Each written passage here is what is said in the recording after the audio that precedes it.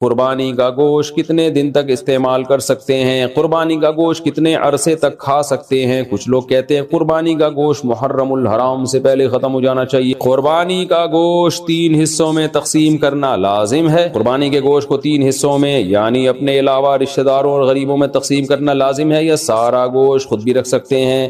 بنت طالب کراچی سے، بہتر یہ ہے کہ 3 حصے کر دیں، ایک رشتہ داروں کے لیے، ایک مستحقین کے لیے، غریبوں کے لیے، اور ایک اپنے لیے.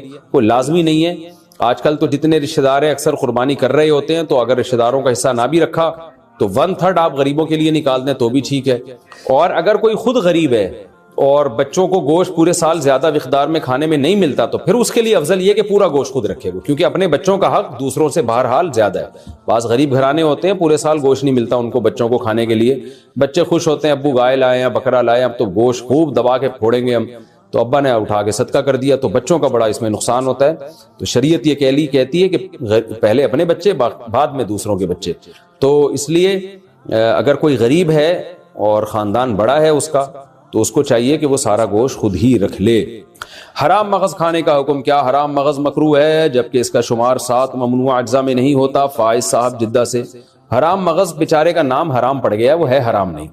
یہ جو ریڑھ کی ہڈی کے اندر ہوتا ہے یہ پیچھے کی طرف، تو یہ حرام نہیں ہوتا، اس کا نام پتہ نہیں کیوں لوگوں نے حرام مغز رکھ دیا ہے بہرحال یہ حلال.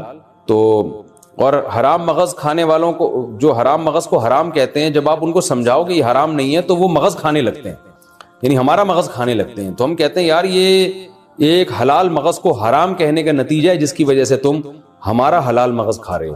تو بہرحال یہ حرام نہیں ہے، جائز ہے بالکل، اور اس کا نام بہتر ہے تبدیل کر دیں، کچھ اور رکھ دیں اس کا نام. اوجڑی کھانا حلال ہے یا مکروہ؟ بکرے کی اوجڑی کا کیا حکم ہے؟ سلمان علی. جائز ہے اگر اس کو اچھی طرح سے صاف کر دیا جائے، اس کی پرت اوپر سے اتار دی جاتی ہے اور صفائی اچھی طرح سے ہو، تو اوجڑی کھانا بالکل جائز ہے، اور بلکہ صحت کے لیے، پیٹ کے لیے سنا ہے مفید بھی بہت ہے. کپورے کھانے کا شرعی حکم. کپورے کھانا کیسا ہے؟ اگر کوئی کھا لے تو کیا حکم ہے؟ محمد ابراہیم سلیم. جائز نہیں ہے فقہ حنفی میں، اور اس کی دلیل بڑی مضبوط ہے. ایک تو صحابہ سے یا نبی صلی اللہ علیہ وسلم سے کہیں بھی ثابت نہیں ہے کہ جانور میں یہ چیزیں آپ نے کھائی ہوں کبھی. اور دوسری بات یہ کہ وہ نجاست کا محل ہے.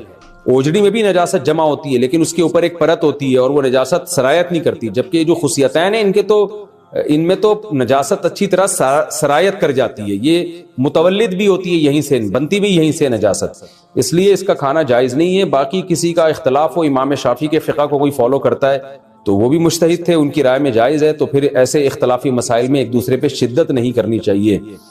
تو آپ احتیاط کریں، اگر کوئی کھا رہا ہے تو وہ اس کا ہیڈک ہے، آپ اس کو الجھے نہیں آپ اس سے.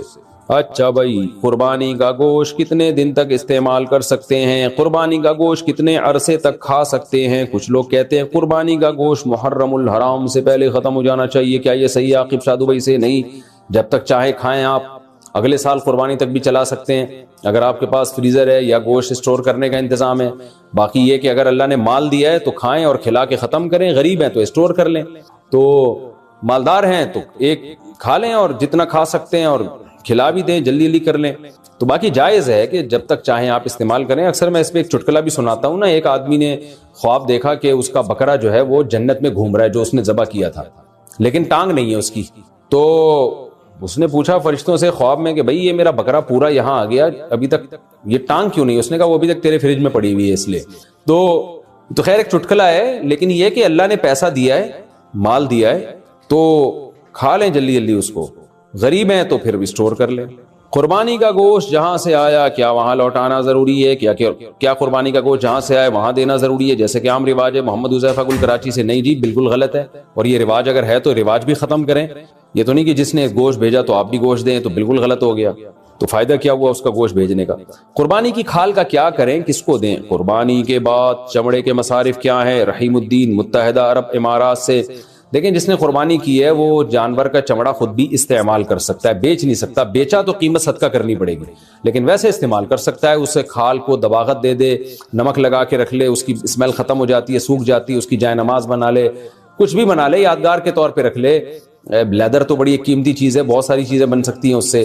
تو میں نے ایک دفعہ بچپن میں قربانی کے جانور سے مسلح بنانے کی ناکام کوشش کی تھی، مجھے تجربے نہیں تھے. تو اب یوٹیوب پہ آپ سرچ کر سکتے ہیں، بہت سارے طریقے مل جائیں گے آپ کو. تو ایک بڑا اچھا لیدر مل جاتا ہے آپ کو، تو وہ جائز ہے، استعمال کر سکتے ہیں. لیکن اگر بیچ دیا تو پھر اس کی قیمت صدقہ کرنی پڑے گی. اسی طرح قربانی کی کھال آپ کسی کو صدقہ بھی کر سکتے ہیں. خلاصہ یہ کہ اس سے بزنس نہیں آپ کر سکتے. جس کو صدقہ کیا وہ جو چاہے کرے. آپ کے لیے اس کو یا تو ایز اٹ از استعمال کریں یا اس کو بیچ دیا تو اس کی قیمت صدقہ کر دیں, ورنہ اس کھال ہی کو صدقہ کر دیں. آپ اجرت میں بھی نہیں دی جا سکتی قصائی کو کہ تم یہ جانور ذبح کرو کھال تمہاری ہوئی, یہ بھی جائز نہیں ہے. قربانی کی کھال امام مسجد کو دینا کیا؟ قربانی کی کھال امام کو امامت کی وجہ سے دینا جائز ہے. احتشام الحق, امامت کی وجہ سے کا مطلب یہ کہ امام کی اجرت میں وہ شامل ہو پھر تو حرام ہے, ناجائز ہے.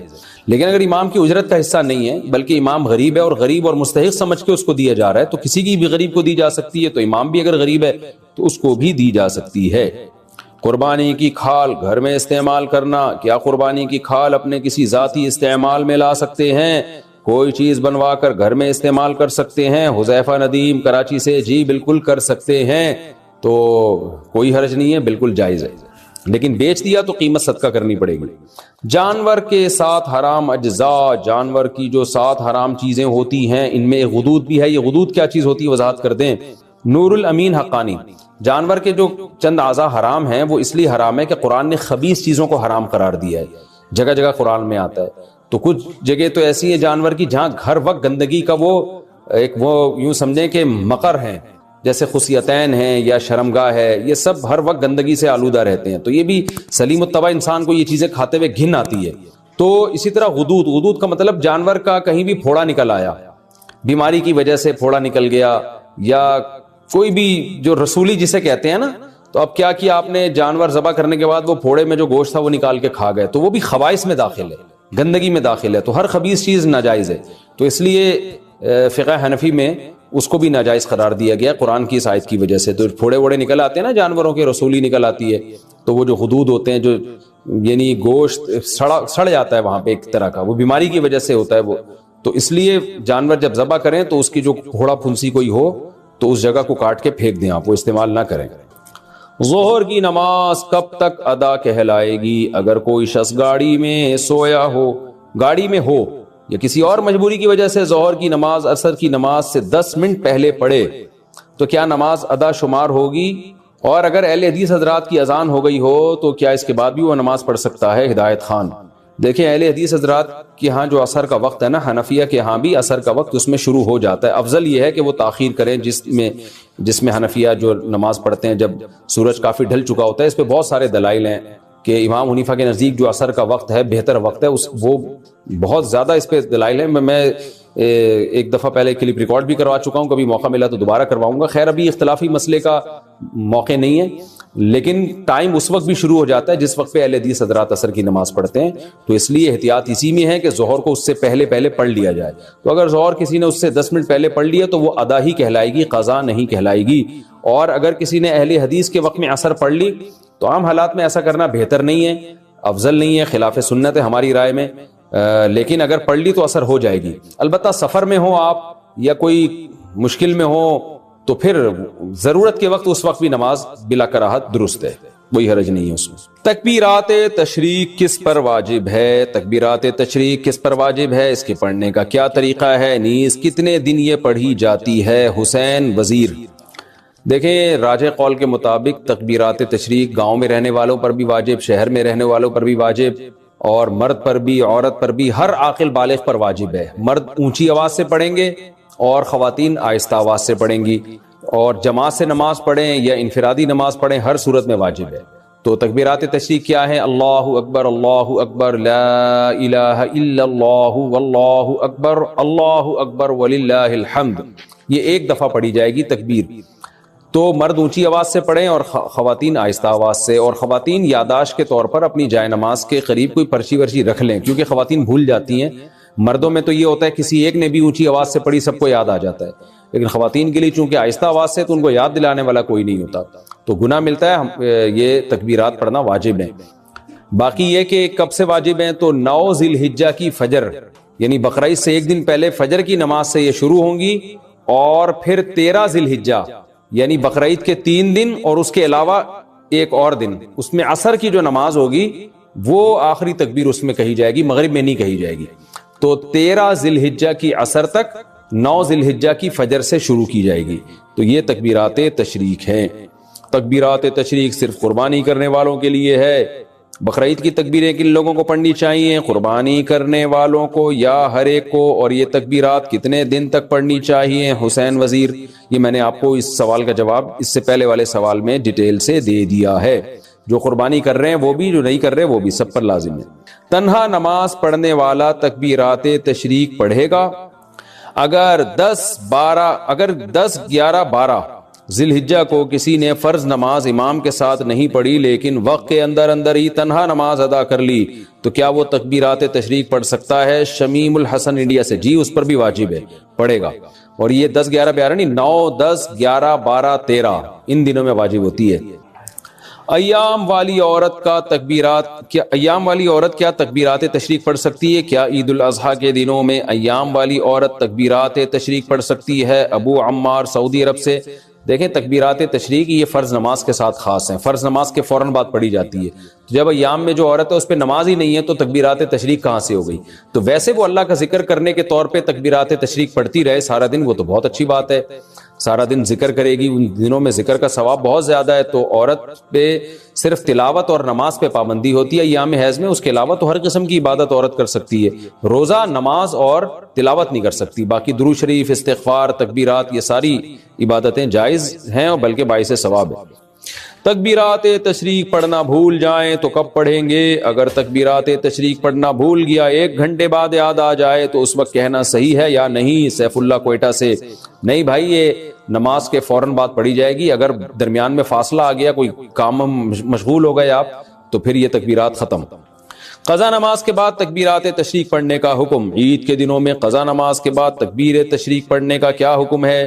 نیز عید کے دنوں کی قضا نماز پڑھنے کے بعد تکبیرات تشریق پڑھنی چاہیے کہ نہیں پڑھنی چاہیے؟ نوید ملک سرگودا سے۔ اگر ایام تشریق میں ہی کوئی فرض نماز قضا ہوئی اور اس کو لوٹا بھی ایام تشریق میں ہی رہے ہیں تو اس قضا نماز کے بعد تو تکبیرات تشریق پڑھی جائے گی، اس کے علاوہ نہیں پڑھی جائے گی۔ کیا مطلب؟ تکبیرات تشریق سے پہلے نماز قضا ہوئی تھی اور آپ اس کو قضا کر رہے ہیں تکبیرات تشریق میں، تو یہاں بھی تکبیرات تشریق نہیں ہوں گی۔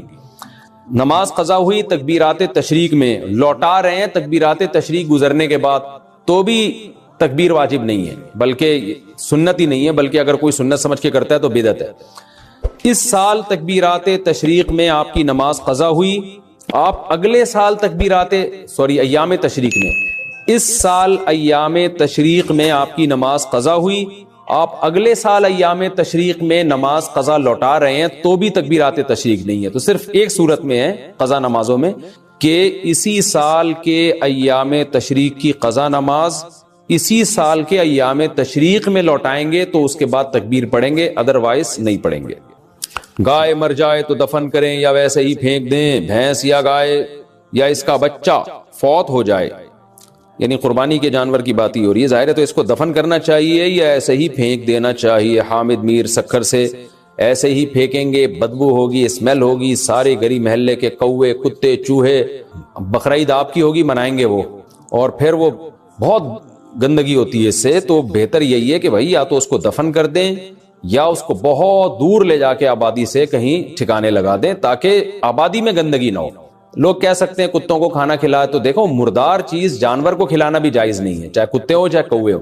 تو آپ کچرے میں پھینک دیں، پھر کتے خود ہی کھا لیں تو ان کی مرضی ہے، لیکن آپ کے لیے اس نیت سے کتوں کے آگے ڈالنا یا جانور کے آگے ڈالنا کھلانے کی نیت سے تو یہ جائز نہیں ہے۔ مردار گوشت کھلانے کی آپ کو جانور کو بھی اجازت نہیں ہے کہ جانور کو بھی آپ نہیں کھلا سکتے، وہ اپنی ارادے سے آپ پھینک دیا، جانور خود کھا رہا ہے تو ایک الگ بات ہے، لیکن شہر کے بیچ میں پھینکیں گے تو اگرچہ جانور خود ہی کھا لیں گے، لیکن یہ کہ وہ آپ نہیں کھلا رہے، آپ نے کھلانے کی نیت نہیں تھی، وہ خود کھا رہے ہیں، لیکن گندگی تو بہرحال ہوگی نا، اس کے تعفن، بدبو، جراثیم پھیلیں گے، تو اس لیے اس کو دفن کریں یا آبادی سے بہت دور اس کو پھینک دیں۔ گائے مر گئی تو اس کی کھال استعمال کر سکتے ہیں۔ بھینس کا بچہ فوت ہونے کے بعد کسی ضرورت کے لیے اس کا چمڑا اتار سکتے ہیں۔ حامد میر سکھر سے۔ جی، مردار کی کھال سے فائدہ اٹھایا جا سکتا ہے دباغت کے بعد، یہ جائز ہے۔ اگر آپ نے مردار جانور، گائے مر گئی یا اس کا بچہ مر گیا یا بھینس مر گئی یا اس کا بچہ مر گیا، اور آپ نے اس کی کھال اتار کے اس کو دباغت دے دی، دباغت کہتے ہیں خشک کر لیا اس کو ایک پروسیس کے تحت، نمک لگا کے یا کوئی مشین وغیرہ کے ذریعے، کیمیکل وغیرہ کے ذریعے تو اگر خشک کر لیا، اس کی اسمیل بدبو بالکل ختم ہو گئی، تو پھر اس سے فائدہ اٹھانا، کھانا تو جائز نہیں ہے، ظاہر ہے مردار ہے، لیکن یہ کھال سے فائدہ اٹھانا جو ہے وہ جائز ہو جائے گا۔ حاملہ عورت کے لیے ڈیلیوری سے پہلے نماز کا حکم۔ حاملہ عورت نماز کب سے چھوڑ سکتی ہے؟ بچہ پیدا ہونے والے دن سے یا اس سے پہلے؟ خالد صاحب سویڈن سے۔ نہیں جی، جب تک بچے کی پیدائش نہیں ہو جاتی عورت پر نماز واجب ہوتی ہے، اور اس بارے میں بہت سخت احکام ہے، خواتین اس کی پرواہ نہیں کرتی۔ یاد رکھیں اسلام میں نماز قضا کرنے سے بڑا کوئی گناہ نہیں ہے، تو جس دن بچے کی ولادت ہونے والی عورت اس وقت بھی نماز پڑھے گی، جب تک بچے کی ولادت یعنی بچے جسم سے باہر نہیں آ جاتا، اور بلیڈنگ جیسے ہی باہر آتا ہے تو ظاہر ہے نفاس کا خون شروع ہو جاتا ہے، پھر نماز معاف ہو جاتی ہے۔ اس سے پہلے اگر ٹائم ہے تو عورت پر نماز پڑھنا واجب ہے، اور اگر اتنا تھوڑا ٹائم رہ گیا کہ ولادت بھی ہونے والی اور نماز بھی قضا ہو رہی ہے، اور ممکن ہی نہیں ہے نماز کی نیت باندھنا، درد ہو رہا ہے، تکلیف ہو رہی ہے، اور بچے کی پیدائش کا عمل شروع ہونے والا ہے یا ہو چکا ہے، اور نماز پڑھنا اس کے لیے ممکن ہی نہیں رہا، تو پھر چونکہ نماز کا وقت بہرحال داخل ہو چکا تھا تو اس پر وہ نماز کا قضا کرنا واجب ہے۔ توبہ استغفار بھی کرے کہ اتنی دیر کیوں کی نماز میں، اس کو چاہیے تھا نماز کا ٹائم داخل ہوتا فوراً نماز پڑھ لیتی، لیکن یہ کہ نماز پھر بعد میں قضا کرنی پڑے گی کیونکہ یہ نماز اس پر واجب ہو چکی تھی۔ یا اتنا ٹائم اگر پاکی کے ٹائم میں مل گیا نا کہ وہ وضو کر کے تکبیر تحریمہ کہہ کے نیت باندھ سکتی تھی، تو کسی عورت کو اتنا بھی ٹائم مل گیا تو اس پر وہ نماز واجب ہو جاتی ہے، ادا نہیں کر سکی تو قضا کرنی پڑے گی اس کو۔ تیسرے آپریشن کا خوف ہو تو حمل گرانے کا حکم۔ میری گھر والی کے 2 آپریشن ہو چکے ہیں، اب 3 ہفتے کا حمل ہے، تیسرے آپریشن سے سخت ڈرتی ہے، کیا ہم حمل گرا سکتے ہیں؟ فیاض احمد ڈیرہ اسماعیل خان سے۔ دیکھیں 4 مہینے کے بعد تو حمل گرانا کسی قیمت پہ جائز نہیں ہے، 4 مہینے سے پہلے کوئی شرعی عذر ہو، واقعی عذر ہو تو گرا سکتے ہیں، ادروائز نہیں۔ تو آپریشن سے بچہ پیدا ہونا تو کوئی ایسا شرعی عذر نہیں ہے جس کی بیس پہ حمل گرانا جائز ہو۔ ہاں آپریشن کی وجہ سے اگر خطرات ہیں، ماں کی جان کو خطرہ ہے، یا کوئی خدا نخواستہ معذوری کا خطرہ ہے، یا اور دوسرا یہ بھی ذہن میں رکھیں کہ آپریشن جو ڈاکٹر کر رہے ہوتے ہیں تو یہ چند ڈاکٹروں سے پوچھ لیں کہ بغیر آپریشن کے ہو سکتا ہے کہ نہیں ہو سکتا۔ آج کل ڈاکٹر خود بہت جلدی آپریشن کر رہے ہوتے ہیں پیسے بنانے کے چکر میں یا جان چھڑانے کے لیے، تو اس میں ماہرین ڈاکٹروں سے کئی ڈاکٹروں سے رائے لے لیں پھر فیصلہ کریں۔ بہت سے کلینک ایسے ہیں، بہت سے ہسپتال ایسے ہیں جہاں آپریشن نہیں ہونے دیتے، وہ نارمل ڈیلیوری ہوتی ہے۔ جو لوگ باہر ملکوں میں رہتے ہیں چائنا وغیرہ میں، وہ تو ہمیں بتاتے ہیں کہ یہاں تو آپریشن کرنے نہیں دیتے جب تک بہت شدید مجبوری نہ ہو، یہاں تک کہ پیشنٹ کہہ رہا ہوتا ہے کہ آپریٹ کریں، وہ ڈاکٹر کہتا ہے نہیں، پھر وہ کہتے ہیں نہیں نارمل اور نیچرل جو ہے وہی ہو، اسی طریقے سے ڈیلیوری ہوگی۔ تو یہ کوئی ایسا عذر نہیں ہے جس کی وجہ سے حمل گرانا جائز ہو، لیکن اگر واقعی کوئی ایسے خطرات ہیں، بیمار ہونے کا خطرہ ہے یا اور کوئی بڑا خطرہ ہے تو پھر حمل گرایا جا سکتا ہے، لیکن صرف آپریشن کوئی ایسا شرعی عذر نہیں ہے۔ ڈیلیوری کے دوران انتقال کیا شہادت کی موت ہے؟ عورت کی موت عین ولادت کے بعد حالت نفاس میں ہو تو کیا اسے شہادت کی موت کہیں گے؟ افتخار انڈیا۔ جی بالکل، کیونکہ روایت میں آتا ہے کہ حمل کی وجہ سے جو موت ہوتی ہے عورت کو وہ شہادت ہوتی ہے، تو چاہے بچہ پیٹ میں ہو یا پیدا ہونے کے بعد نفاس میں بھی حمل ہی کے حکام ہوتے ہیں، تو اس دوران اگر ڈیتھ ہو گئی تو وہ مبارک موت ہے، اور اللہ کی طرف سے بخشش کے امکانات بہت زیادہ ہیں۔ ایک سفر میں کتنے عمرے کر سکتے ہیں؟ ایک سفر میں کتنے عمرے کر سکتے ہیں؟ عبد الرحمان سعودی عرب سے۔ جتنے چاہیں عمرے کریں۔ تو علماء کا اس میں بڑا اختلاف ہے کہ ایک سفر میں ایک عمرہ کریں اور پھر زیادہ طواف پہ زور لگائیں یا زیادہ سے زیادہ عمرہ کریں، تو دونوں آ رہے ہیں، ہر ایک کے اپنے اپنے دلائل ہیں۔ تو عموماً سعودی علماء جو فتویٰ دے رہے ہوتے ہیں وہ یہی کہ ایک سفر میں چونکہ نبی نے ایک عمرہ کیا ہے تو اس لیے ایک عمرہ کریں اور پھر زیادہ ٹائم طواف میں لگائیں، لیکن بعض صحابہ سے ثابت ہے کہ ایک سفر میں انہوں نے بہت سارے عمرے کیے ہیں، تو دونوں جائز ہیں، دونوں کی اپنی اپنی فضیلت ہے، جیسے چاہیں۔ ہر آدمی کا اپنا ذوق بھی ہوتا ہے اس بارے میں، تو آپ کو روحانی فائدہ کس چیز میں زیادہ ہو رہا ہے تو جس پہ چاہیں آپ عمل کر لیں۔ طواف میں عمرے کے بعد بال کاٹنا کہاں واجب ہے؟ عمرہ مکمل کر کے مینا جا کر میں نے سر منڈایا ہے تو کوئی دم تو لازم نہیں آئے گا؟ عبد الرحمان ریاض سے۔ حدود حرم میں کہیں بھی آپ بال کٹوا سکتے ہیں، حدود حرم سے باہر جا کے بال کٹوائیں گے تو دم لازم آئے گا۔ عصر کے بعد طواف کے 2 نفل کا حکم۔ عمرے کا طواف عصر کے وقت مکمل ہوا مگر مکروہ وقت کی وجہ سے 2 رکعت ادا کیے بغیر سعی کر لی، بعد میں اہلیہ طواف کے 2 نفل پڑھنا بھول گئیں، نیز اہلیہ نے بال یہ سوچ کر نہیں کاٹے کہ جدہ پہنچ کر کاٹیں گے، کیا اس صورت میں طواف کے نفل اور بال جدہ میں کاٹے جا سکتے ہیں؟ کوئی دم تو واجب نہیں ہوگا. طواف کے 2 نفل تو بعد میں بھی پڑھے جا سکتے ہیں، لیکن یہ جو دیکھیں اثر کے بعد نوافل پڑھنا مکروہ ہے. اختلافی مسئلہ ہے، دیگر ائمہ کے نزدیک طواف کے 2 نفل اثر کے بعد بھی پڑھے جا سکتے ہیں، فقہ حنفی میں جائز نہیں ہے، اور اس کی دلیل یہی ہے کہ اثر کے بعد جو مکروہ وقت ہے اس لیے، یعنی نوافل کا وقت نہیں ہے، وہ فرض نماز اگر اثر کی کسی نے پڑھ لی ہے. لیکن جو حدود حرم سے نکلنے کے بعد آپ کی اہلیہ نے بال کاٹے نا، تو اس کی وجہ سے دم واجب ہو جائے گا، کیونکہ بال حدود حرم کے اندر ہی کاٹنا واجب ہے. مسجد نبوی میں ایک نماز کا ثواب کتنی نمازوں کے برابر ہے؟ مسجد نبوی میں ایک نماز کا ثواب 50,000 نمازوں کے برابر ہے. کیا اس کا کوئی ثبوت ہے؟ عبد الرحمن ریاض سے. صحیح حدیث میں 1000 نمازوں کا ملتا ہے، تو اس لیے راجح قول یہی ہے کہ مسجد نبوی میں 1000 اور مسجد حرام میں 1,00,000 نمازوں کے برابر ثواب ملے گا. مفتی طارق مسعود اسپیشل. اچھا بھائی، قربانی کا گوشت کتنے دن تک استعمال کر سکتے ہیں؟ قربانی کا گوشت کتنے عرصے تک کھا سکتے ہیں؟ کچھ لوگ کہتے ہیں قربانی کا گوشت محرم الحرام سے پہلے ختم ہو جانا چاہیے. قربانی کا گوشت 3 حصوں میں تقسیم کرنا لازم ہے. قربانی کے گوشت کو 3 حصوں میں، یعنی اپنے علاوہ رشتہ داروں اور غریبوں میں تقسیم کرنا لازم ہے، یا سارا گوشت خود بھی رکھ سکتے ہیں؟ بنت طالب کراچی سے. بہتر یہ ہے کہ 3 حصے کر دیں، ایک رشتہ داروں کے لیے، ایک مستحقین کے لیے، غریبوں کے لیے، اور ایک اپنے لیے. کوئی لازمی نہیں ہے. آج کل تو جتنے رشتہ دار ہیں اکثر قربانی کر رہے ہوتے ہیں، تو اگر رشتہ داروں کا حصہ نہ بھی رکھا تو 1/3 آپ غریبوں کے لیے نکال دیں تو بھی ٹھیک ہے.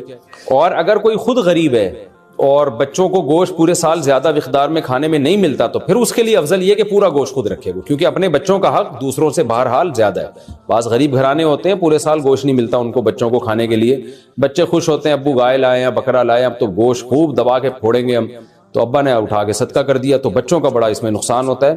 تو شریعت یہ کہتی ہے کہ پہلے اپنے بچے بعد میں دوسروں کے بچے. تو اس لیے اگر کوئی غریب ہے اور خاندان بڑا ہے اس کا، تو اس کو چاہیے کہ وہ سارا گوشت خود ہی رکھ لے. حرام مغز کھانے کا حکم. کیا حرام مغز مکروہ ہے جبکہ اس کا شمار 7 ممنوع اجزاء میں نہیں ہوتا؟ فائز صاحب جدہ سے. حرام مغز بیچارے کا نام حرام پڑ گیا، وہ ہے حرام نہیں. یہ جو ریڑھ کی ہڈی کے اندر ہوتا ہے یہ پیچھے کی طرف، تو یہ حرام نہیں ہوتا، اس کا نام پتہ نہیں کیوں لوگوں نے حرام مغز رکھ دیا ہے بہرحال یہ حلال. تو اور حرام مغز کھانے والوں کو، جو حرام مغز کو حرام کہتے ہیں، جب آپ ان کو سمجھاؤ کہ یہ حرام نہیں ہے تو وہ مغز کھانے لگتے ہیں، یعنی ہمارا مغز کھانے لگتے ہیں. تو ہم کہتے ہیں یار یہ ایک حلال مغز کو حرام کہنے کا نتیجہ ہے جس کی وجہ سے تم ہمارا حلال مغز کھا رہے ہو. تو بہرحال یہ حرام نہیں ہے، جائز ہے بالکل، اور اس کا نام بہتر ہے تبدیل کر دیں، کچھ اور رکھ دیں اس کا نام. اوجڑی کھانا حلال ہے یا مکروہ؟ بکرے کی اوجڑی کا کیا حکم ہے؟ سلمان علی. جائز ہے اگر اس کو اچھی طرح سے صاف کر دیا جائے، اس کی پرت اوپر سے اتار دی جاتی ہے اور صفائی اچھی طرح سے ہو، تو اوجڑی کھانا بالکل جائز ہے، اور بلکہ صحت کے لیے، پیٹ کے لیے سنا ہے مفید بھی بہت ہے. کپورے کھانے کا شرعی حکم. کپورے کھانا کیسا ہے؟ اگر کوئی کھا لے تو کیا حکم ہے؟ محمد ابراہیم سلیم. جائز نہیں ہے فقہ حنفی میں، اور اس کی دلیل بڑی مضبوط ہے. ایک تو صحابہ سے یا نبی صلی اللہ علیہ وسلم سے کہیں بھی ثابت نہیں ہے کہ جانور میں یہ چیزیں آپ نے کھائی ہوں کبھی. اور دوسری بات یہ کہ وہ نجاست کا محل ہے. اوجڑی میں بھی نجاست جمع ہوتی ہے، لیکن اس کے اوپر ایک پرت ہوتی ہے اور وہ نجاست سرایت نہیں کرتی، جبکہ جو خصیتین ہیں ان میں تو نجاست اچھی طرح سرایت کر جاتی ہے. یہ متولد بھی ہوتی ہے یہیں سے، بنتی بھی یہیں سے نجاست، اس لیے اس کا کھانا جائز نہیں ہے. باقی کسی کا اختلاف ہو، امام شافعی کے فقہ کو کوئی فالو کرتا ہے تو وہ بھی مجتہد تھے، ان کی رائے میں جائز ہے. تو پھر ایسے اختلافی مسائل میں ایک دوسرے پہ شدت نہیں کرنی چاہیے. تو آپ احتیاط کریں، اگر کوئی کھا رہا ہے تو اس کا ہیڈیک ہے، آپ اس کو الجھے نہیں آپ اس سے. اچھا بھائی، قربانی کا گوشت کتنے دن تک استعمال کر سکتے ہیں؟ قربانی کا گوشت کتنے عرصے تک کھا سکتے ہیں؟ کچھ لوگ کہتے ہیں قربانی کا گوشت محرم الحرام سے پہلے ختم ہو جانا چاہیے. کیا یہ صحیح ہے عاقب شادو بھائی سے؟ نہیں، جب تک چاہے کھائیں آپ، اگلے سال قربانی تک بھی چلا سکتے ہیں اگر آپ کے پاس فریزر ہے یا گوشت اسٹور کرنے کا انتظام ہے. باقی یہ کہ اگر اللہ نے مال دیا ہے تو کھائیں اور کھلا کے ختم کریں، غریب ہیں تو اسٹور کر لیں، تو مالدار ہیں تو ایک کھا لیں اور جتنا کھا سکتے ہیں اور کھلا بھی دیں، جلدی جلدی کر لیں. تو باقی جائز ہے کہ جب تک چاہیں آپ استعمال کریں. اکثر میں اس پہ ایک چٹکلا بھی سناتا ہوں نا. ایک آدمی نے خواب دیکھا کہ اس کا بکرا جو ہے وہ جنت میں گھوم رہا ہے، جو اس نے ذبح کیا تھا، لیکن ٹانگ نہیں ہے اس کی. تو اس نے پوچھا فرشتوں سے خواب میں کہ بھائی یہ میرا بکرا پورا یہاں آ گیا، ابھی تک یہ ٹانگ کیوں نہیں؟ اس نے کہا وہ ابھی تک تیرے فریج میں پڑی ہوئی ہے اس لیے. تو خیر ایک چٹکلا ہے، لیکن یہ کہ اللہ نے پیسہ دیا ہے مال دیا ہے تو کھا لیں جلدی جلدی اس کو، غریب ہیں تو پھر بھی اسٹور کر لیں۔ قربانی کا گوشت جہاں سے آیا کیا وہاں لوٹانا ضروری ہے؟ کیا قربانی کا گوشت جہاں سے آیا وہاں دینا ضروری ہے؟ جیسے کہ عام رواج ہے محمد حذیفہ گل کراچی سے، نہیں جی بالکل غلط ہے، اور یہ رواج اگر ہے تو رواج بھی ختم کریں۔ یہ تو نہیں کہ جس نے گوشت بھیجا تو آپ بھی گوشت دیں، تو بالکل غلط ہو گیا، تو فائدہ کیا ہوا اس کا گوشت بھیجنے کا؟ قربانی کی کھال کا کیا کریں، کس کو دیں؟ قربانی کے بعد چمڑے کے مصارف کیا ہیں؟ رحیم الدین متحدہ عرب امارات سے۔ دیکھیں جس نے قربانی کی ہے وہ جانور کا چمڑا خود بھی استعمال کر سکتا ہے، بیچ نہیں سکتا، بیچا تو قیمت صدقہ کرنی پڑے گی، لیکن ویسے استعمال کر سکتا ہے۔ اسے کھال کو دباغت دے دے، نمک لگا کے رکھ لے، اس کی اسمیل ختم ہو جاتی ہے، سوکھ جاتی ہے، اس کی جائے نماز بنا لے، کچھ بھی بنا لے، یادگار کے طور پہ رکھ لے۔ لیدر تو بڑی ایک قیمتی چیز ہے، بہت ساری چیزیں بن سکتی ہیں اس سے۔ تو میں نے ایک دفعہ بچپن میں قربانی کے جانور سے مسلح بنانے کی ناکام کوشش کی تھی، مجھے تجربے نہیں تھے، تو اب یوٹیوب پہ آپ سرچ کر سکتے ہیں، بہت سارے طریقے مل جائیں گے آپ کو، تو ایک بڑا اچھا لیدر مل جاتا ہے آپ کو، تو وہ جائز ہے، استعمال کر سکتے ہیں، لیکن اگر بیچ دیا تو پھر اس کی قیمت صدقہ کرنی پڑے گی۔ اسی طرح قربانی کی کھال آپ کسی کو صدقہ بھی کر سکتے ہیں۔ خلاصہ یہ کہ اس سے بزنس نہیں آپ کر سکتے، جس کو صدقہ کیا وہ جو چاہے کرے، آپ کے لیے اس کو یا تو ایز اٹ از استعمال کریں یا اس کو بیچ دیا تو اس کی قیمت صدقہ کر دیں، ورنہ اس کھال ہی کو صدقہ کر دیں۔ آپ اجرت میں بھی نہیں دی جا سکتی قصائی کو کہ تم یہ جانور ذبح کرو، کھال تمہاری ہوئی، یہ بھی جائز نہیں ہے۔ قربانی کی کھال امام مسجد کو دینا کیا؟ قربانی کی کھال امام کو امامت کی وجہ سے دینا جائز ہے۔ احتشام الحق، امامت کی وجہ سے کا مطلب یہ کہ امام کی اجرت میں وہ شامل ہو پھر تو حرام ہے، ناجائز ہے، لیکن اگر امام کی اجرت کا حصہ نہیں ہے بلکہ امام غریب ہے اور غریب اور مستحق سمجھ کے اس کو دیا جا رہا ہے تو کسی کی بھی غریب کو دی جا سکتی ہے، تو امام بھی اگر غریب ہے تو اس کو بھی دی جا سکتی ہے۔ قربانی کی کھال گھر میں استعمال کرنا، کیا قربانی کی کھال اپنے کسی ذاتی استعمال میں لا سکتے ہیں؟ کوئی چیز بنوا کر گھر میں استعمال کر سکتے ہیں؟ حذیفہ ندیم کراچی سے، جی بالکل کر سکتے ہیں، تو کوئی حرج نہیں ہے، بالکل جائز ہے، لیکن بیچ دیا تو قیمت صدقہ کرنی پڑے گی۔ جانور کے ساتھ حرام اجزاء، جانور کی جو 7 حرام چیزیں ہوتی ہیں ان میں غدود بھی ہے، یہ غدود کیا چیز ہوتی ہے وضاحت کر دیں۔ نور الامین حقانی، جانور کے جو چند اعضاء حرام ہیں وہ اس لیے حرام ہے کہ قرآن نے خبیث چیزوں کو حرام قرار دیا ہے، جگہ جگہ قرآن میں آتا ہے، تو کچھ جگہ تو ایسی ہیں جانور کی جہاں ہر وقت گندگی کا وہ یوں سمجھیں کہ مقر ہیں، جیسے خصیتین ہیں یا شرمگاہ ہے، یہ سب ہر وقت گندگی سے آلودہ رہتے ہیں، تو یہ بھی سلیم الطبع انسان کو یہ چیزیں کھاتے ہوئے گھن آتی ہے۔ تو اسی طرح غدود کا مطلب جانور کا کہیں بھی پھوڑا نکل آیا، بیماری کی وجہ سے پھوڑا نکل گیا، یا کوئی بھی جو رسولی جسے کہتے ہیں نا، تو اب کیا آپ نے جانور ذبح کرنے کے بعد وہ پھوڑے میں جو گوشت تھا وہ نکال کے کھا گئے، تو وہ بھی خبائث میں داخل ہے، گندگی میں داخل ہے، تو ہر خبیث چیز ناجائز ہے، تو اس لیے فقہ حنفی میں اس کو بھی ناجائز قرار دیا گیا قرآن کی اس آیت کی وجہ سے۔ تو پھوڑے ووڑے نکل آتے ہیں نا جانوروں کے، رسولی نکل آتی ہے، تو وہ جو غدود ہوتے ہیں، جو یعنی گوشت سڑ جاتا ہے وہاں پہ ایک طرح کا، وہ بیماری کی وجہ سے ہوتا ہے وہ، تو اس لیے جانور جب ذبح کریں تو اس کی جو پھوڑا پھنسی کوئی ہو تو اس جگہ کو کاٹ کے پھینک دیں، آپ وہ استعمال نہ کریں۔ ظہر کی نماز کب تک ادا کہلائے گی؟ اگر کوئی شخص گاڑی میں سویا ہو، گاڑی میں ہو یا کسی اور مجبوری کی وجہ سے ظہر کی نماز عصر کی نماز سے 10 منٹ پہلے پڑھے تو کیا نماز ادا شمار ہوگی؟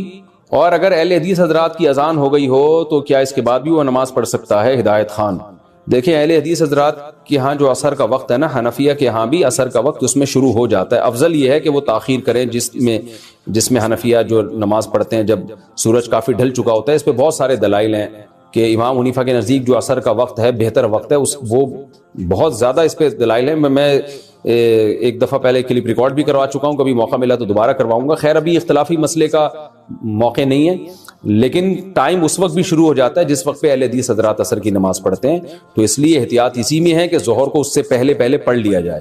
تو اگر ظہر کسی نے اس سے 10 منٹ پہلے پڑھ لیا تو وہ ادا ہی کہلائے گی، قضا نہیں کہلائے گی۔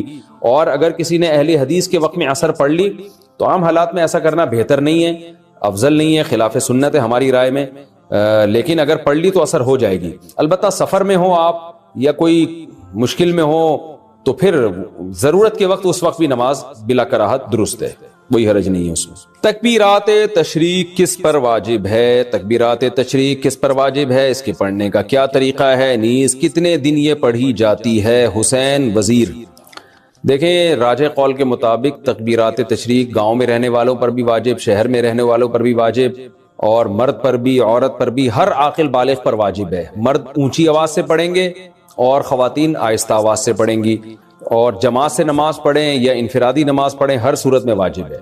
تو تکبیرات تشریق کیا ہے؟ اللہ اکبر لا الہ الا اللہ واللہ اکبر وللہ الحمد. یہ ایک دفعہ پڑھی جائے گی تکبیر.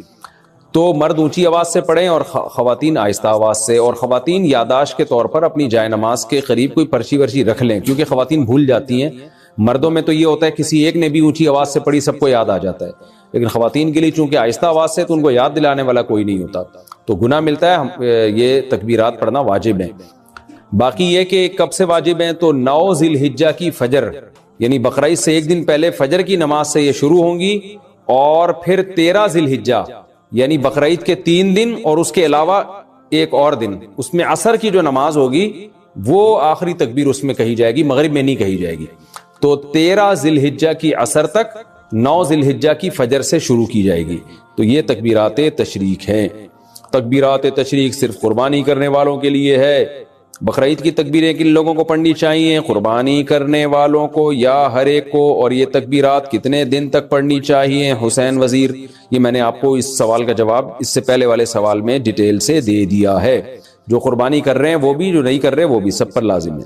تنہا نماز پڑھنے والا تکبیرات تشریق پڑھے گا اگر 10 11 12 ذی الحجہ کو کسی نے فرض نماز امام کے ساتھ نہیں پڑھی لیکن وقت کے اندر ہی تنہا نماز ادا کر لی, تو کیا وہ تکبیرات تشریق پڑھ سکتا ہے؟ شمیم الحسن انڈیا سے, جی اس پر بھی واجب ہے, پڑھے گا. اور یہ 10 11 12 نہیں, 9 10 11 12 13 ان دنوں میں واجب ہوتی ہے. ایام والی عورت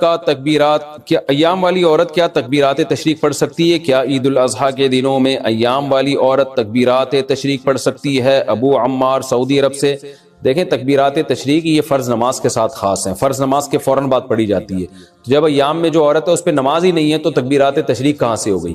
تو ویسے وہ اللہ کا ذکر کرنے کے طور پہ تکبیرات تشریق پڑھتی رہے سارا دن, وہ تو بہت اچھی بات ہے. سارا دن ذکر کرے گی, ان دنوں میں ذکر کا ثواب بہت زیادہ ہے. تو عورت پہ صرف تلاوت اور نماز پہ پابندی ہوتی ہے ایام حیض میں, اس کے علاوہ تو ہر قسم کی عبادت عورت کر سکتی ہے. روزہ, نماز اور تلاوت نہیں کر سکتی. باقی درود شریف, استغفار, تکبیرات, یہ ساری عبادتیں جائز ہیں اور بلکہ باعث ثواب ہے. تکبیرات تشریق پڑھنا بھول جائیں تو کب پڑھیں گے؟ اگر تکبیرات تشریق پڑھنا بھول گیا 1 گھنٹے بعد یاد آ جائے تو اس وقت کہنا صحیح ہے یا نہیں؟ سیف اللہ کوئٹہ سے. نہیں بھائی, یہ نماز کے فوراً بعد پڑھی جائے گی. اگر درمیان میں فاصلہ آ گیا, کوئی کام مشغول ہو گئے آپ, تو پھر یہ تکبیرات ختم. قضا نماز کے بعد تکبیرات تشریق پڑھنے کا حکم. عید کے دنوں میں قضا نماز کے بعد تکبیر تشریق پڑھنے کا کیا حکم ہے؟ نیز عید کے دنوں کی قضا نماز پڑھنے کے بعد تکبیرات تشریق پڑھنی چاہیے کہ نہیں پڑھنی چاہیے؟ نوید ملک سرگودا سے. اگر ایام تشریق میں ہی کوئی فرض نماز قضا ہوئی اور اس کو لوٹا بھی ایام تشریق میں ہی رہے ہیں تو اس قضا نماز کے بعد تو تکبیرات تشریق پڑھی جائے گی, اس کے علاوہ نہیں پڑھی جائے گی. کیا مطلب؟ تکبیرات تشریق سے پہلے نماز قضا ہوئی تھی اور آپ اس کو قضا کر رہے ہیں تکبیرات تشریق میں, تو یہاں بھی تکبیرات تشریق نہیں ہوں گی. نماز قضا ہوئی تکبیرات تشریق میں, لوٹا رہے ہیں تکبیرات تشریق گزرنے کے بعد, تو بھی تکبیر واجب نہیں ہے, بلکہ سنت ہی نہیں ہے, بلکہ اگر کوئی سنت سمجھ کے کرتا ہے تو بدعت ہے.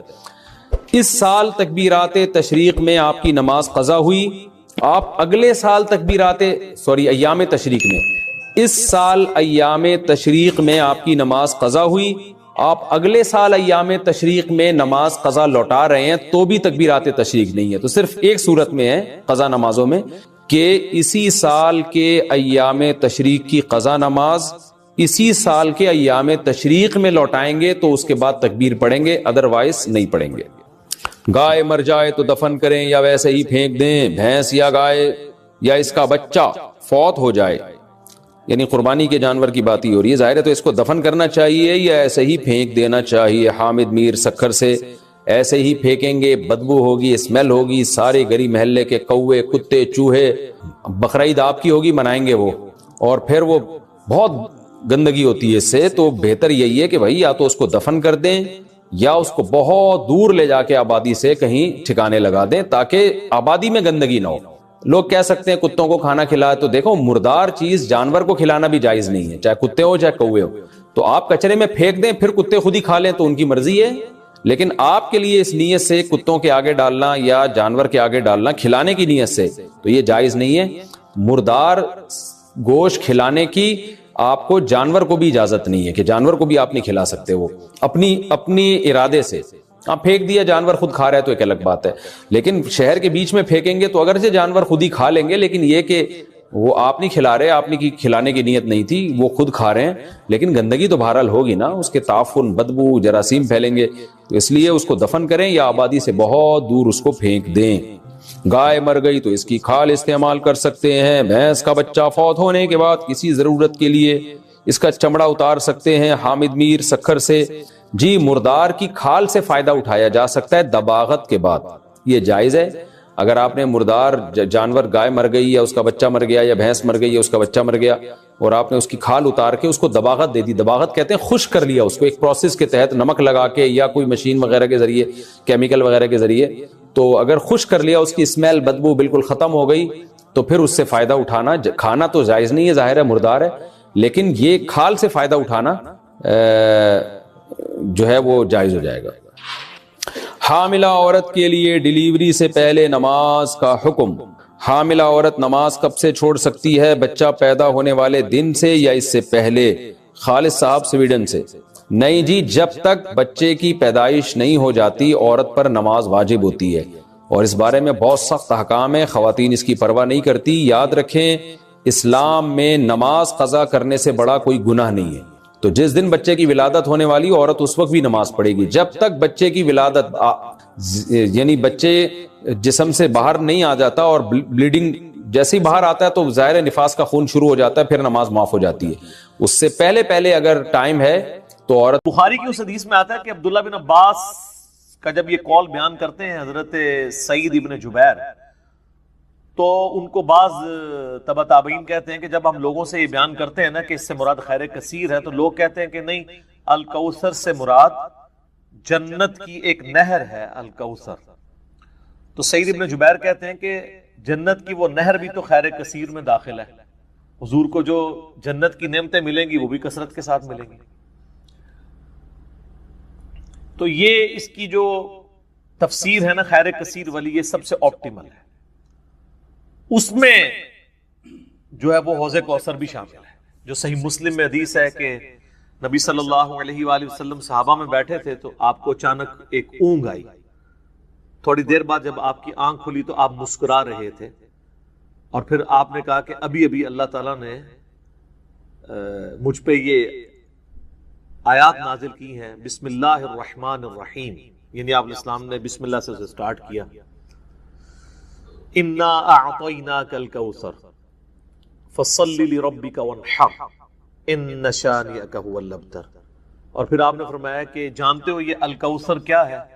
تو صحابہ نے کہا اللہ اس کا رسول بہتر جانتے ہیں۔ تو آپ صلی اللہ علیہ وآلہ وسلم نے فرمایا یہ جنت میں ایک نہر ہے جو مجھے اللہ تعالیٰ نے عطا فرمائی ہے، اور اس کے کنارے کی جو مٹی ہے وہ کستوری سے زیادہ خوشبودار ہے، اور اس کے برتن آسمان کے ستاروں کے برابر ہیں۔ اور صحیح بخاری میں آتا ہے کہ شب معراج جب نبی علیہ السلام جنت میں سیر کر رہے تھے تو وہاں آپ کو ایک نہر دکھائی گئی، اور جبرائیل علیہ السلام نے کہا کہ یہ وہ الکوثر ہے جو آپ کو اللہ تعالیٰ نے عطا کی ہے۔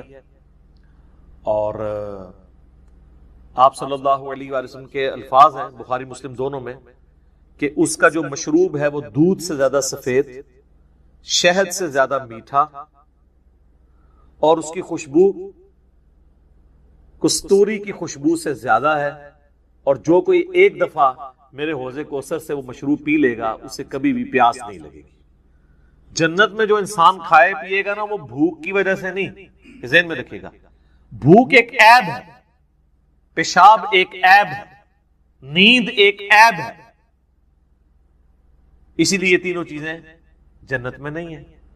جنت میں انسان کھائیں گے لذت لینے کے لیے، پیشاب نہیں ہوگا، بخاری مسلم میں الفاظ ہیں خوشبودار ڈکار آئے گی، سارا کھانا ہضم۔ تو جنت چونکہ نعمتوں کا نام ہے، کوئی کمزوری نہیں، وہاں پہ نیند بھی نہیں ہے۔ یہاں پہ تو ہم نیند کیوں یوز کرتے ہیں تاکہ ہم نیکسٹ 24 گھنٹے میں پرفارم کر سکیں. یہ بلکہ بیٹری چارج ہوتی ہے. وہ میری خالہ جو ہے نا وہ بڑے پیارے الفاظ استعمال کرتی ہیں. ان کی بیٹیاں جب چھوٹی تھی نا تو سوئی ہوتی تھی نا تو کون سے پوچھتا تھا بیٹیاں کہتے ہیں چارجنگ تے لائی ہیں. کیونکہ بچے جب اٹھتے ہیں نا پھر تو آپ ان کو سنبھال بیٹھے. جب تک یہ سونا نہ جائیں سکون نہیں آتا. تو وہ جو سوتے ہیں نا وہ چارجنگ پہ لگے ہوئے ہوتے ہیں. پھر جیسے صبح انہوں نے اٹھنا نا ایٹھلی اوپرلی کر دینی ہے. تو قیامت میں جنت والے دن آپ کو جنت میں چارجنگ کی ضرورت نہیں ہے بلکہ نیند وہاں پہ ضرورت ہی نہیں. اللہ تعالیٰ نے ویسے ہی انسان کو اتنی انرجی دی ہوئی ہوگی. تو لہذا آپ علیہ السلام کا جو فرمان ہے نا کہ جو ایک بار پیے گا وہ کبھی پیاسا نہیں ہوگا. تو کسی کے ذہن میں خیال آ سکتا ہے کہ پیاسا نہیں ہوگا تو پھر پانی کی لذت کیا.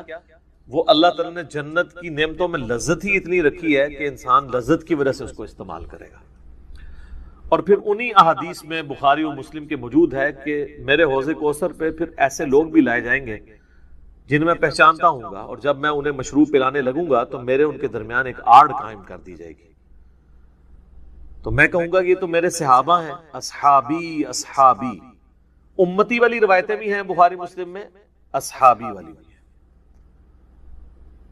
تو مجھے بتایا جائے گا کہ یا رسول اللہ آپ کو نہیں پتا آپ کے بعد انہوں نے دین میں بدعتیں جاری کر دی تھی اور الٹے قدم پھر گئے تھے.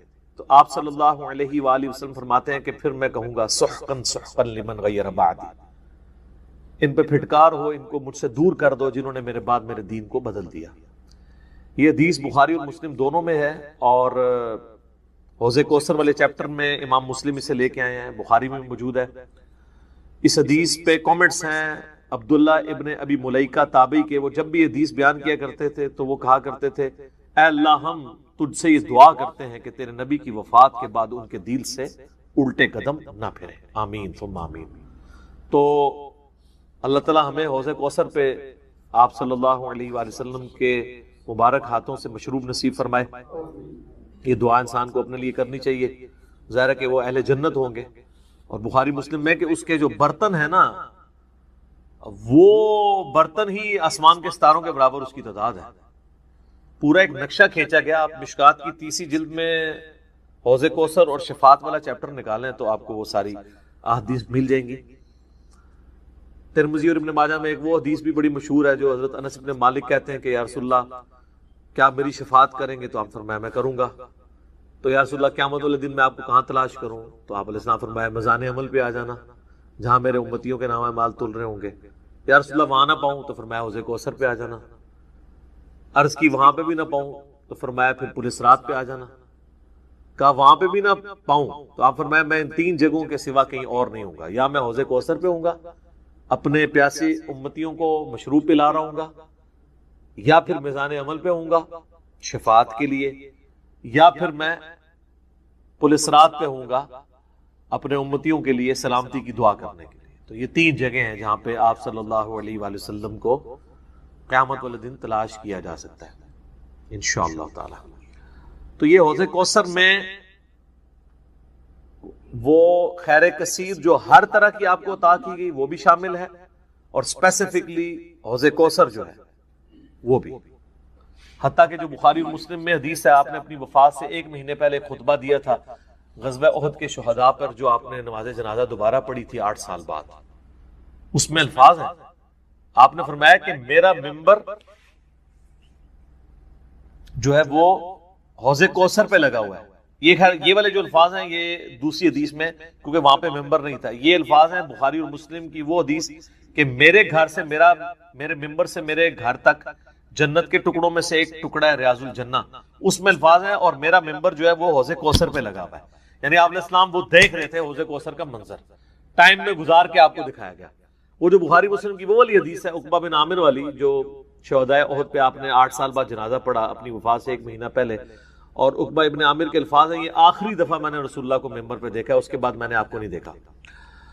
تو اس میں الفاظ ہیں آپ نے فرمایا کہ میں اپنے حوض کوثر کو اس وقت بھی دیکھ رہا ہوں, اور دیکھنا میرے بعد جو ہے وہ مجھے تم سے یہ خطرہ نہیں کہ تم شرک میں مبتلا ہو جاؤ گے, بلکہ مجھے خطرہ ہے کہ تم دنیا کے مال میں پڑ جاؤ گے اور پھر اس کی لالچ میں ایک دوسرے کو قتل کرو گے اور تم بھی تباہ و برباد ہو جاؤ گے.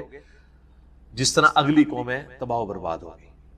تو اس میں بھی حوض کوثر کے الفاظ موجود ہیں. اور پھر میرے ایک کربلا والے ریسرچ پیپر میں بھی آپ کو پتا ہے ایک حدیث ہے جو میں نے حوض کوثر کا ذکر اس حدیث کے اندر بھی موجود ہے.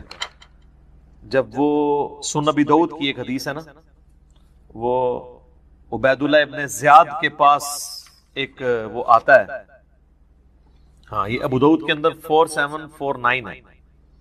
ابو طالوت تابعی کہتے ہیں کہ میں ابو برزہ کو میں نے دیکھا کہ وہ گورنر یزید عبید اللہ ابن زیاد کے پاس آئے جب کہ وہ دسترخوان پر تھا. تو اس نے ابو برزہ کو آتے ہوئے دیکھا اور کہا کہ یہ تمہارا ٹھگنا محمدی ہے.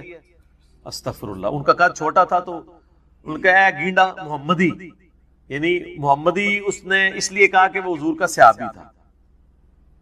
تو یہ کتنی سخت توہین کی عبید اللہ ابن زیاد نے. یہ وہی خبیث ہے جس کے بارے میں بخاری میں 3748 نمبر حدیث ہے, جس میں امام بخاری نے حسین کے ساتھ علیہ السلام لکھا ہے کہ یہ حضرت حسین کے حسن میں کلام کرنے لگا تو انس ابن مالک نے کہا کہ رسول اللہ کے سب سے زیادہ مشابہت رکھنے والے حسین تھے. یہ وہی عبید اللہ ابن زیاد ہے. تو یہ صحابہ کے گستاخ ہیں, آل امیہ ہیں, یہ بنو امیہ کے خدمت گار. تو اب آپ دیکھیں جب اس نے یہ بات کی نا تو حضرت ابو برزہ اس کی تنزیہ بات کو سمجھ گیا. آپ نے فرمایا مجھے گمان نہیں تھا کہ میں ایسے لوگوں کے دور حکومت تک زندہ رہوں گا جو مجھے رسول اللہ کی صحبت پر آر دلائیں گے, کہ میری زندگی میں یہ وقت بھی آنا ہے کہ رسول اللہ کی وجہ سے ہمیں پوری دنیا پہ غلبہ ملا, اور اس غلبے کی حکومت کو جو لوگ انجوائے کر رہے ہیں عرب کے بدو, یہ رسول اللہ سے میری نسبت پہ مجھے آر دلائیں گے کہ مجھے کہہ رہے ہیں کہ ٹھگنا محمدی, یعنی پنجابی سے کہتے ہیں گینڈا محمدی. نعوذ باللہ. تو اب اس نے فوراً پینترا بدلا. وہ کہنے لگا کہ محمد صلی اللہ علیہ وسلم کی صحابیت تمہارے لیے باعث زینت ہے, آر کا سبب نہیں. پھر کہنے لگا کہ میں نے تمہیں اس لیے بلوایا ہے کہ تم سے حوض کوثر کے بارے میں پوچھوں, کیا تم نے رسول اللہ سے اس کے بارے میں کچھ سنا ہے؟ تو ابو برزہ نے فرمایا ہاں, نہ ایک بار, نہ دو بار, نہ تین بار, نہ چار بار, نہ 5 بار, میں نے کئی مرتبہ رسول اللہ صلی اللہ علیہ وآلہ وسلم سے حوض کوثر کے بارے میں سنا, اور جو حوض کوثر کو نہ مانے اللہ تعالیٰ اسے اس کا پینا نصیب ہی نہ فرمائے. اور پھر سیدنا ابو طالوت کہتے ہیں کہ سیدنا ابو برزہ رضی اللہ تعالیٰ عنہ غصے کی حالت میں وہاں سے تشریف لے گئے. انہوں نے بدعا دی کہ جو حضور کے حوض کوثر کو نہیں مانتا اللہ تعالیٰ اس کو حوض کوثر نصیب ہی نہ کرے. تو حوض کوثر جو ہے ایک ریالٹی ہے, اور قیامت والے دن کی چند بڑی ایکٹیویٹیز جو انسان کے لیے تسکین کا باعث ہیں, ان میں سے ایک عرش کا سایہ, اسی طریقے سے یہ حوض کوثر بھی ہے. اس گرمی کے اندر اللہ تعالیٰ کی نعمتوں میں سے بڑی نعمت ہے, ہم سب کو نصیب فرمائے, آمین ثم آمین. ٹھیک ہو گئی. اب میرے بھائیو جو یہ آیت مبارکہ آ رہی ہے نا سورۃ النساء کی آیت نمبر 48, یہ متقاضی ہے کہ ہم بقیہ ساری گفتگو اسی کانٹیکسٹ میں کریں. یہ قرآن حکیم کی اگر میں کہوں نا سب سے کریٹیکل آیت ہے, تو میرا یہ دعویٰ غلط نہیں ہوگا. کائنات کی سب سے بڑی حقیقت کو آشکار کرنے والی یہ آیت مبارکہ ہے, تو یہ میرا دعویٰ غلط نہیں ہوگا. سورۃ النساء کی آیت نمبر 48 سورۃ النساء میں 2 دفعہ ریپیٹ ہوئی ہے, تھوڑے سے الفاظ کے فرق کے ساتھ. ایک 48 نمبر پہ اور اس کے بعد 116 کے اوپر جا کے یہ آیت آئے گی. شروع کے الفاظ سیم ہیں, بعد والے جو ہیں وہ تھوڑا سا فرق ہے. میں وہ دونوں آیات پڑھ دیتا ہوں اور اس کے اوپر پھر انشاءاللہ تفصیلی ڈسکشن کرتے ہیں. پہلے اس آیت مبارکہ کو ہم پڑھ لیں. ان اللہ لا یغفر ان یشرک بہ, بے شک اللہ اس گناہ کو تو کبھی معاف نہیں کرے گا کہ کوئی شخص اس حال میں اللہ کے حضور قیامت کے دن پیش ہوا کہ وہ دنیا میں شرک کرتا ہوا. دنیا میں معاف کر دے گا اگر کسی نے معافی مان لی, یہ آخرت کی بات ہو رہی ہے. وَيَغْفِرُ مَا دُونَ ذَلِكَ لِمَن يَشَاءُ, اس کے علاوہ جتنے بھی گناہ ہیں جس کے لیے چاہے گا معاف کر دے گا. وہ بھی اوپن لائسنس نہیں ہے, جس کے لیے چاہے گا معاف کر دے گا, لیکن امید ہے کہ وہ قابل معافی ہیں. لیکن شرک ایسا گناہ ہے جو اللہ بھی معاف نہیں کرے گا. اب کوئی کہے کہ جی اللہ کی یہ قدرت کی نفی نہیں ہو جاتی؟ ان اللہ علی کل شیء قدیر ہے، تو اللہ یہ کیوں کہہ رہا ہے کہ میں شرک بھی معاف نہیں کروں گا؟ اللہ تو شرک معاف کر سکتا ہے، ہم یہ جملہ بھی نہیں بولیں گے کہ کر سکتا ہے، اس لیے لا تبدیل لکلمات اللہ، جو اللہ کی وعیدیں ہیں نا وہ اللہ کے فیصلے ہیں، یہ بہت سخت معاملہ ہے، اللہ کے کلمات نہیں بدلتے۔ تو اللہ تعالیٰ نے یہ اپنی ڈیسٹنی میں چیز مقرر کر دی ہے کہ میں نے مشرک کو کسی صورت بھی بخشنا نہیں ہے، اس کے لیے جنت نہیں ہے۔ ہاں اس کے علاوہ کوئی گناہ ہے وہ جس کے لیے چاہے گا معاف کر دے گا، اور وہ بھی اوپن لائسنس نہیں ہے۔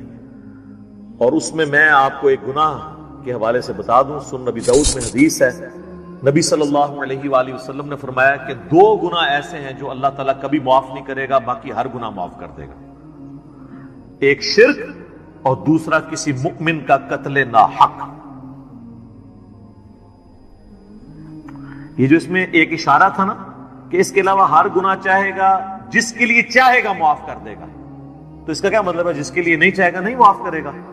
تو اس میں بھی اشارہ موجود ہے، کوئی ایسی چیز بھی ہے کہ جو اللہ تعالیٰ جس پہ گرفت کر سکتا ہے، اور وہ ہے قتل ناحق کسی مؤمن کا۔ تو اب مجھے بتائیں، جنہوں نے حسین ابن علی اور ان کے ساتھیوں کو ناحق قتل کیا، وہ کس امید پہ بیٹھے ہوئے ہیں؟ اور ان کو جنت کی جھوٹی خوشخبریاں سنانے والے کس امید پہ بیٹھے ہوئے ہیں؟ سوچنے والوں کے لیے یہ چیز کافی ہے، سنن نبی داؤد کی حدیث۔ وَمَن يُشْرِكْ بِاللَّهِ، اور جس نے اللہ کے ساتھ شرک کیا، فَقَدِ افْتَرَىٰ إِثْمًا عَظِيمًا، تو اس نے بہت بڑا جھوٹ اللہ تعالیٰ کے اوپر باندھ دیا، بہت بڑا گناہ کا کام اس نے کیا جس نے شرک کیا۔ اچھا، سورہ نساء کی آیت نمبر 116 جب آئے گی نا، اس میں پہلے الفاظ تو یہی ہوں گے، ان اللہ لا یغفر ان یشرک بہ ویغفر ما دون ذلک لمن یشاء، لیکن اگلے الفاظ ہیں ومن یشرک باللہ فقد ضل ضلالا بعیدا، جو کوئی اللہ کے ساتھ شرک کرے وہ گمراہ ہوا اور گمراہی میں دور جاتا۔ اللہم لا تجعلنا منہم، اللہم من احییتہ منا فاحیہ علی الاسلام ومن توفیتہ منا فتوفہ علی الایمان، آمین۔ رضیت باللہ ربا وبالاسلام دینا وبمحمد نبیا صلی اللہ علیہ وآلہ وسلم، آمین۔ اب یہ میرے بھائیو ایسا ٹاپک ہے کہ میں اس پہ اگر کم از کم 2 گھنٹے بولوں نا تو تب میری تسلی ہوگی، لیکن میں نے چونکہ پچھلی قرآن کلاسز جو 344 لیکچرز میں مکمل ہوئی تھی، ان میں اس آیت کے اوپر آلموسٹ 1.25 گھنٹے کی ویڈیو ریکارڈ کروا دی تھی اسی آیت کے اوپر۔ مسئلہ نمبر 3 کے نام سے وہ اپلوڈڈ ہے یوٹیوب کے اوپر، دعا صرف اللہ ہی سے۔ آپ یوٹیوب پہ ویسے بھی لکھیں نا دعا صرف اللہ ہی سے اور علی مرزا، تو وہ ویڈیو کھل جائے گی۔ اور اس کے بعد بھی کئی ایک لیکچرز وقتاً فوقتاً میں نے ریکارڈ کروائے، وسیلے کے نام پر دھوکہ، مجھے تم سے شرک کا خطرہ نہیں، یہ اکثر آپ سنتے ہیں نا، تخت بلقیس والا واقعہ، موسیٰ اور خضر والا واقعہ علیہ السلام، ہر وہ چیز جسے دھوکہ کر کے نا قبر پرستی یا بابا پرستی یا بابوں سے مانگنا سکھاتے ہیں نا، ایک ایک چیز کے اوپر میں نے الگ سے تسلی کروائی ہے قرآن، بخاری اور مسلم کی روشنی میں، الحمدللہ۔ اب وہ سارے لیکچر جمع کریں تو اس ایک آیت پہ کم از کم 10 گھنٹے گفتگو ہو سکتی ہے، لیکن ٹائم تو متحمل نہیں ہے کہ ہم اتنی ڈیٹیل گفتگو کریں، لیکن چند ایک باتیں تو میں ضرور کروں گا۔ ایک ریسرچ پیپر میں نے اس کے اوپر لکھ دیا 8 صفحوں کا، آپ اہل سنت پاک.com پہ ڈاؤن لوڈ کریں گے۔ دعا صرف اللہ ہی سے، میں نے اس کا نام توحید، شرک اس طرح کا نہیں رکھا کیونکہ لوگ ان ناموں سے چڑھ جاتے ہیں، میں نے وہ چیز اس کے نام پہ رکھی کہ جس کے اوپر لوگ چڑھے ہیں۔ آپ کسی بھی مسلمان سے، خواہ بریلوی ہو، دیوبندی ہو، اہل حدیث ہو، اہل تشیع ہو، جا کے پوچھیں کہ دعا کس سے کی جاتی ہے تو کیا کہے گا؟ اللہ سے۔ کوئی آپ کو نکھٹو قسم کا بھی بندہ یہ نہیں کہے گا کہ دعا جو ہے وہ کسی فرشتے سے ہو سکتی ہے، کسی جن سے ہو سکتی ہے، کسی پیغمبر سے ہو سکتی ہے۔ نہیں جی نہیں، نماز تے اللہ دی پڑھی دی ہے، دعا بھی اللہ کو منگی دی ہے، لیکن حالت یہ ہوگی کہ وہ دعا اللہ سے یہ مانگ رہا ہوگا، نماز میں تو قرآن کی وہ آیت سورۃ الفاتحہ کی 4 نمبر آیت کم از کم 17 رکھتے ہیں جو فرض